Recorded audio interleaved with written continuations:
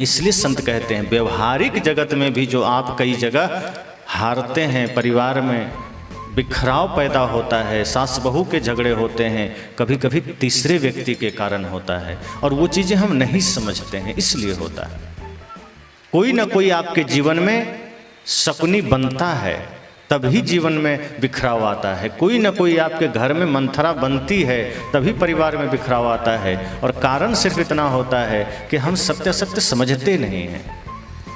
और अंतिम बात जो सदगुरु कहते हैं, ये तो व्यवहार में सावधानी रखना कि मित्र अच्छे हों, थोड़े ही हों, अच्छे हों, एक भी ना हो, अगर अच्छे ना हो तो एक भी ना हो, काम चल जाएगा।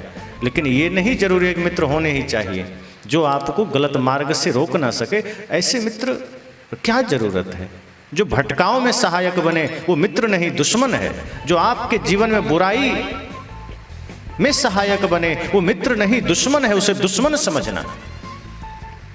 इसी तरह से ये संसार में जब आप आंखें बंद करिए तो देखिए कि ये संसार हमारा सहायक है क्या? अंतिम घड़ी में साथ देगा? कौन देगा? धर्म के सिवा कोई सच्चा साथी नहीं। जो साथ चले वही आपका साथी है, वही भजने योग्य है, वही जीने योग्य है। बाकी तो व्यवहार निभा कर चल देना है, बाकी के साथ तो मित्रता करके चल देना है, किसी से कोई विवाद नहीं, कोई झगड़ा नहीं। अब एक चीज़ और समझना कि जब संत यह कहते हैं कि सच्चे मित्र जीवन में बनाना, तो अगर कोई बुरा आदमी है तो उससे घृणा करके झगड़ा भी नहीं करना है कि चलो उसकी आलोचना करने लग गए, उसकी निंदा करने लग गए। गुरु कहते हैं कि अगर कोई ऐसा व्यक्ति है जो गलत मार्ग में जा रहा है तो उसकी निंदा भी नहीं करना, बस उपेक्षा कर देना। उपेक्षा एक शब्द है शास्त्रों में, इसका बड़ा महत्व है कि जैसे किसी से आपको नहीं बनती है, किसी के जीवन में बुराई है, किसी से आपको दिक्कत है, तो उसकी आलोचना करने के बजाय उसकी उपेक्षा कर देना। जैसे आप कहीं जाते हैं और जाते जाते आपको मार्ग में चौराहा मिल गया, आपको जाना है सीधे, दाईं ओर भी सड़क जा रही है, बाईं ओर भी जा रही है, तो चौराहे पर खड़ा होकर आप क्या करेंगे? बाईं ओर और दाईं ओर वाली सड़क को आलोचना करेंगे, गाली देंगे कि नहीं इधर सड़क क्यों बना दिया, हमें तो इधर जाना ही नहीं है, ऐसा सोचेंगे क्या? किसी को तो जाना होगा, अब जिसको जाना होगा वो जाएगा, आपको नहीं जाना है मत जाओ, सीधा चले जाओ। उसमें रुक करके आलोचना क्यों करना कि इधर सड़क क्यों बना दिया? ऐसे ही आपके जीवन में जिसकी उपयोगिता नहीं है, जिसकी आवश्यकता नहीं है, उसकी आलोचना क्या करना? ये समझना कि ये मार्ग मेरा नहीं है, ये रास्ता मेरा नहीं है, छोड़ दिया। जो मेरा रास्ता है, जो मेरा लक्ष्य है, मुझे उस पर जाना है, आलोचना की जरूरत नहीं, उपेक्षा कर देना। और जब उपेक्षा हम करना सीख लेंगे तो आप देखेंगे जीवन में छंटाव शुरू हो जाएगा। जैसे चलनी में कचड़े गिर जाते हैं, अच्छी चीज़ें रह जाती है, और कई बार अच्छी चीज़ें गिर जाती है, कचड़ा रह जाती है, दोनों को अलग कर देता है। इसी तरह जब आप विवेक करेंगे, विचार करेंगे, तो जीवन वही रहेगा, लेकिन धीरे धीरे एक फिल्टर लग जाएगा, छन जाएगा सब। जो अच्छा है आपके साथ हो जाएगा, जो बुरा है वो धीरे धीरे उसकी उपेक्षा हो जाएगी। इसी तरह से जीवन में आगे बढ़ा जा सकता है। तो मैंने कहा जीवन का सच्चा साथी ये कौन है? ये धर्म है, सत्संग है। और यही धर्म जब आपके जीवन में आएगा तब पूरा संसार मित्र बन जाता है, फिर कोई दुश्मन नहीं रहता। बुद्ध जब परम ज्ञान को पा लिए तो संसार मित्र हो गया। शुरू में तो कुछ लोग दुश्मन बने, लेकिन बाद में सब मित्र हो गए। राम जब आदर्श राजा बन गए तो सब धीरे धीरे मित्र बन गए। जैसे ही सद्गुण जीवन में आएंगे, जैसे ही प्रेम जीवन में आएगा, फिर कोई दुश्मन रह ही नहीं जाता। दुश्मन के भाव भी तभी तक हैं जब भीतर कोई ना कोई विकार मौजूद होता है। इन आंखों से हम बुराई तभी देखते हैं, किसी में दुश्मनी भी तभी देखते हैं जब भीतर कोई विकार है। जब भीतर निर्मलता आ गई, पवित्रता आ गई, तो जहां भी देखेंगे वहां आपको अपना ही नजर आएगा, सब अपने नजर आएंगे। इसलिए सदगुरु कहते हैं कछु लेना न देना मगन रहना, कुछ लेना न देना। ये अपेक्षा भी संसार से मत करना कि कुछ मिले। किसी से अपेक्षा करोगे तो किसी से निराशा मिलेगी। अगर किसी से आपने उम्मीद किया तो कहीं से निराश होना पड़ेगा। कहीं से निराश हुए फिर कोई आपको उम्मीद बंधा देगा। इसी तरह से किसी से दोस्ती हुई किसी से दुश्मनी हो जाएगी, किसी से दुश्मनी हुई किसी से दोस्ती हो जाएगी। सदगुरु कहते हैं इससे अच्छा किसी से दोस्ती नहीं, मतलब सबसे दोस्ती। ना काहू से दोस्ती ना काहू से बैर। जब किसी से दोस्ती और किसी से बैर नहीं का भाव होगा तो पूरा संसार आपका होगा, सब आपके होंगे। लेकिन इसमें भी कुछ बातें हैं कि क्या अगर हम एक भारत जैसे देश में रहते हैं और हम राष्ट्रभक्त हैं तो हमें और क्या क्या सोचना है। संत कहते हैं हिंसा से दूर रहना, किसी से नफरत नहीं करना, सबको मित्र समझना। लेकिन अगर हम एक भारतीय हैं तो पाकिस्तान को क्या समझें, मित्र समझें कि दुश्मन समझें। अगर हम भारतीय हैं तो चीन को क्या समझें। अगर हम भारतीय हैं तो जवान पर, अगर कोई सीमा पर जवान खड़ा है, मान लीजिए आपके गांव से भी बहुत से लोग होंगे जो सीआरपीएफ में होंगे, एसएसबी में होंगे, बीएसएफ में होंगे, आईटीबीपी में होंगे या फिर मेन आर्मी में होंगे, कोई ना कोई तो होंगे। अब वो अगर सीमा पर खड़े हैं और कोई दुश्मन आ जाए तो वहाँ क्या करना है, फूल माला लेके स्वागत करना है कि AK-47 से उसके अंदर गोलियां दाग देनी है, क्या करना है। क्योंकि संत कहते हैं मारना हिंसा है, संत कहते हैं क्रोध करना पाप है, संत कहते हैं कोई भी इस तरह का कृत्य करना पाप है। तो ये क्या है, इन सभी विषयों पर मैं कल विस्तृत रूप से चर्चा करूंगा कि हमारा धर्म क्या है और ये सब करने के बाद भी क्या हम धार्मिक बने रह सकते हैं, ये सब करना भी क्या धर्म हो सकता है।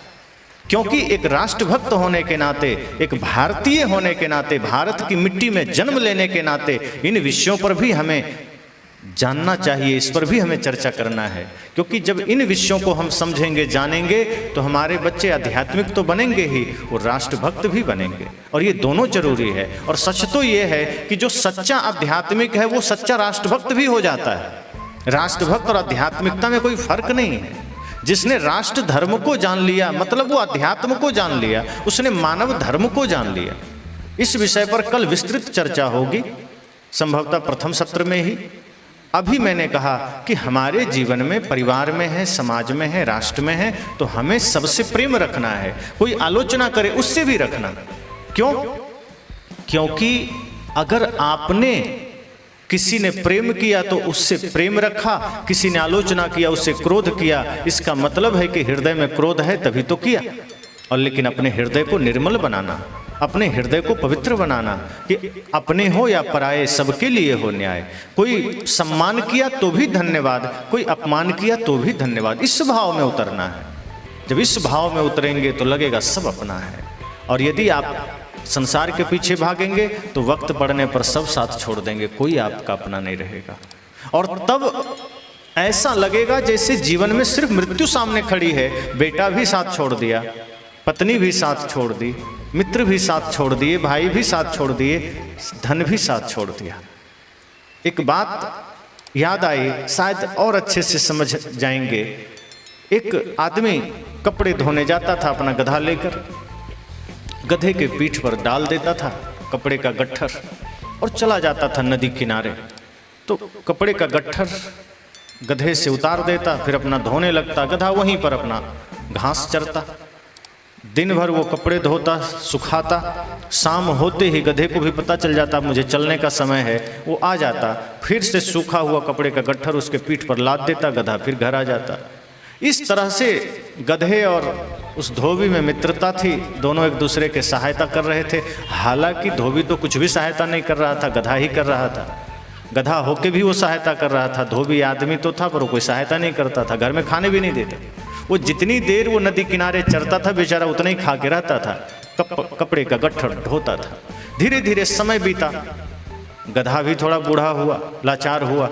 अब कपड़े का गट्ठर धोने में भी, पीठ पर रख करके चलने में भी कठिनाई होने लगी। एक दिन की बात है, कपड़े का गट्ठर लेकर जैसे ही नदी किनारे पहुंचा, कपड़े का गट्ठर उतार दिया, वो चरने चला गया। इधर धोबी ने सारे कपड़े धोए, सुखाए, चलने का समय हुआ, देखा गधा आया नहीं। वो घबरा गया, कहा कपड़े का गट्ठर कौन ले जाएगा। इसलिए नहीं घबराया कि गधा कहीं बीमार हो गया कि कहाँ चला गया, इसलिए घबराया कि बोझ कौन उठाएगा? गधे से कोई प्रेम थोड़े था। फिर उसने देखा आसपास कहीं कोई गधा नहीं दिखा। थोड़ी दूरी पर देखता है कि कुछ लोग वहाँ खड़े हैं। आवाज़ दिया करे, भाई तुम्हारा गधा तो इस सूखे कुएं में गिर गया है। चरते चरते पैर फिसल गया, हरी हरी घास के चक्कर में बेचारा कुएं में गिर गया।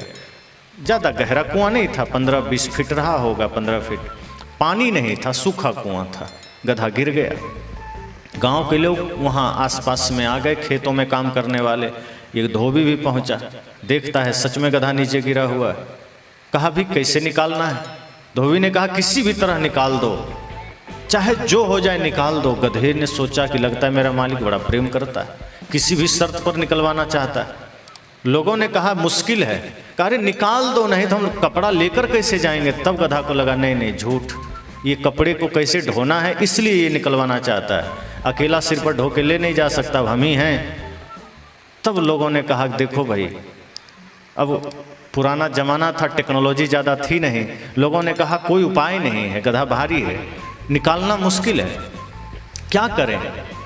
धोबी ने कहा भैया तो हम गट्ठर लेकर कैसे जाएंगे? गधा बेचारा सोच रहा है कि तो बड़ा धोखेबाज निकला, हम मर रहे हैं, कुआं में गिरे हैं, उसको उसकी परवाह नहीं है, कपड़ा कैसे ले जाएगा इसकी परवाह है। मैं इतना भरोसा किया इस पर, इसका इतना काम आया, आज ये मेरा साथ छोड़ दिया। इतना सोच ही रहा था कि तभी गांव वाले ने कहा देखो भाई, नहीं निकाल पाओगे तो इसमें गधा मर जाएगा। अब मर जाएगा तो यहाँ काम करने वालों को गंध आएगी, तब क्या किया जाए? तो धोबी ने कहा ऐसा करो, जिंदा ही इस पर मिट्टी डाल दो, ढक दो इसको ताकि गंध ना आए। अब गधा को लगा कि बहुत बड़ा धोखा हुआ, हम तो जिसको मालिक समझ रहे थे, अपना समझ रहे थे, इतना क्रूर निकला। अरे मर जाने के बाद मिट्टी डाल देता तो चलो कोई बात नहीं, मैं जिंदा हूं और मुझ पर मिट्टी डालने की बात कर रहा है। जिसके लिए मेरी पूरी जवानी लग गई, पूरा जीवन लग गया, मेरे बाप दादा इसकी सेवा में रहे, वो आज मुझे डायरेक्ट मिट्टी डालकर ढक देना चाहता है।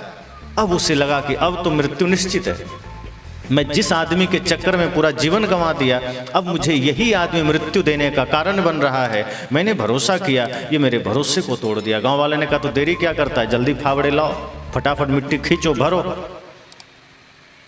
गधा सोचता है अब कोई नहीं बचा सकता, अब तो ये सब मारने पर तुले हुए हैं। पहले तो धोबी अकेले बोला था, ये गांव वाले भी तैयार हो गए, अब लगता है कोई रास्ता नहीं।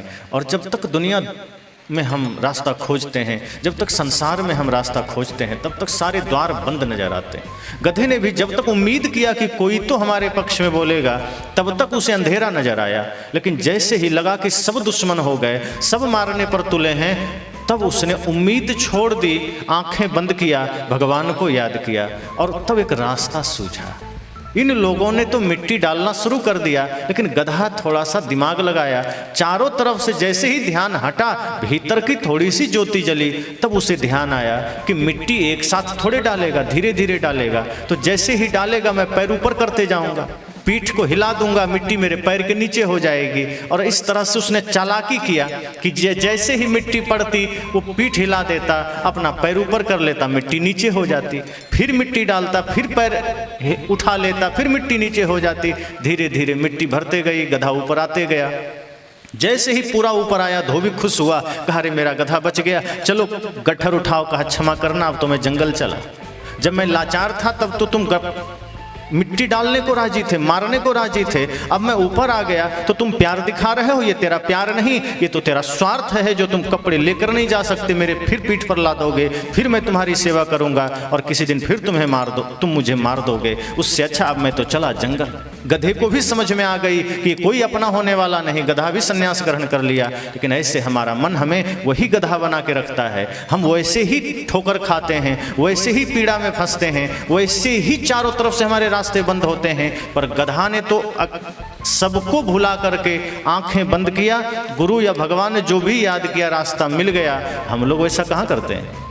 हम लोग तो गधे से भी गए बीते हैं, वो तो फिर भी रास्ता निकाल लिया, वो तो फिर भी मार्ग खोज लिया, हम तो उसी में मार्ग खोजने लग जाते हैं कि शायद ये बेटा काम नहीं दिया तो छोटा दे देगा, कि शायद पत्नी काम दे देगी, मित्र काम दे देगा, कि शायद धन काम दे देगा। और यही रास्ता खोजते खोजते मृत्यु सामने होती कि कोई काम नहीं देगा, चल समय हो गया।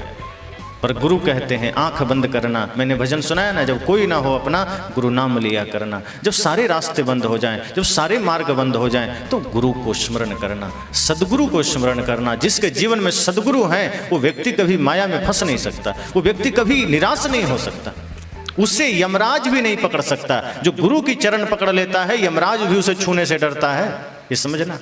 अब इसका मतलब ये नहीं कि वो आदमी अमर हो गया, अमर होता है, कर्म से अमर होता है। गुरु की शरण में जब हम चले जाते हैं तो शरीर तो प्रकृति का है, शरीर प्रकृति ले लेगा, लेकिन आपके कर्म इतने पवित्र हो जाते हैं, आपके कर्म इतने महान हो जाते हैं कि आपका कर्म आपको सदा के लिए अमर बना देते हैं। फिर शरीर रहे ना रहे, आपका नाम रहता है, आपका यश रहता है, आपकी कीर्ति रहती है, और यही आपका असली धन है। बाकी धन तो कहाँ बिखर गया, कोई लेने वाला पूछने वाला नहीं, कोई हिसाब करने वाला नहीं।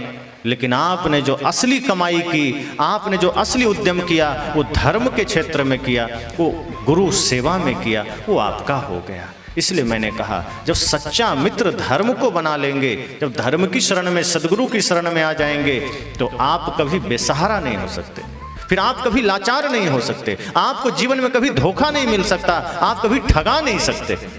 इतना सामर्थ्य है सदगुरु के ज्ञान में, सदगुरु के चरणों में। इसलिए सदैव यह संकल्प रहे कि इस नए वर्ष में हम इसी संकल्प से चलेंगे कि संसार के साथ व्यवहार तो करेंगे। तुलसी या संसार में भांति भांति के लोग, सबसे हिलमिल चालिए नदी नाव संजोग। लड़ाई किसी से नहीं करना, हिलमिल कर ही चलना है, प्रेम से ही चलना है, लेकिन यह ध्यान रखना है कि सब छूटने वाले हैं, और जो अपना है वो धर्म, गुरु का शरण, गुरु का ज्ञान, इसके सहारे चलना है। सबसे प्रेम, समस्त जीवों से प्रेम, समस्त सृष्टि से प्रेम, बैर किसी से नहीं, नफरत किसी से नहीं, घृणा किसी से नहीं। ये जिसने कर लिया उससे बड़ा सम्राट कोई नहीं। जब वो धरती से जाएगा उसके पास भक्ति का, प्रेम का, सत्य का इतना अपार धन होगा कि उसके सामने सब फेल, और ये धन कभी कोई बांट नहीं सकता। मैंने कल ही कहा था ये साथ जाएगा। तो इस धन का अगर अर्जन, इस धन का श्रम करके अर्जन आप करते हैं, इस धन को प्राप्त करते हैं, उसके लिए गुरु की शरण जरूरी है, सदगुरु की शरण जरूरी है। और इसी से हमें यह पता चलेगा कि हमारा सच्चा मित्र कौन है। तो अभी इसी के साथ वाणी को विराम।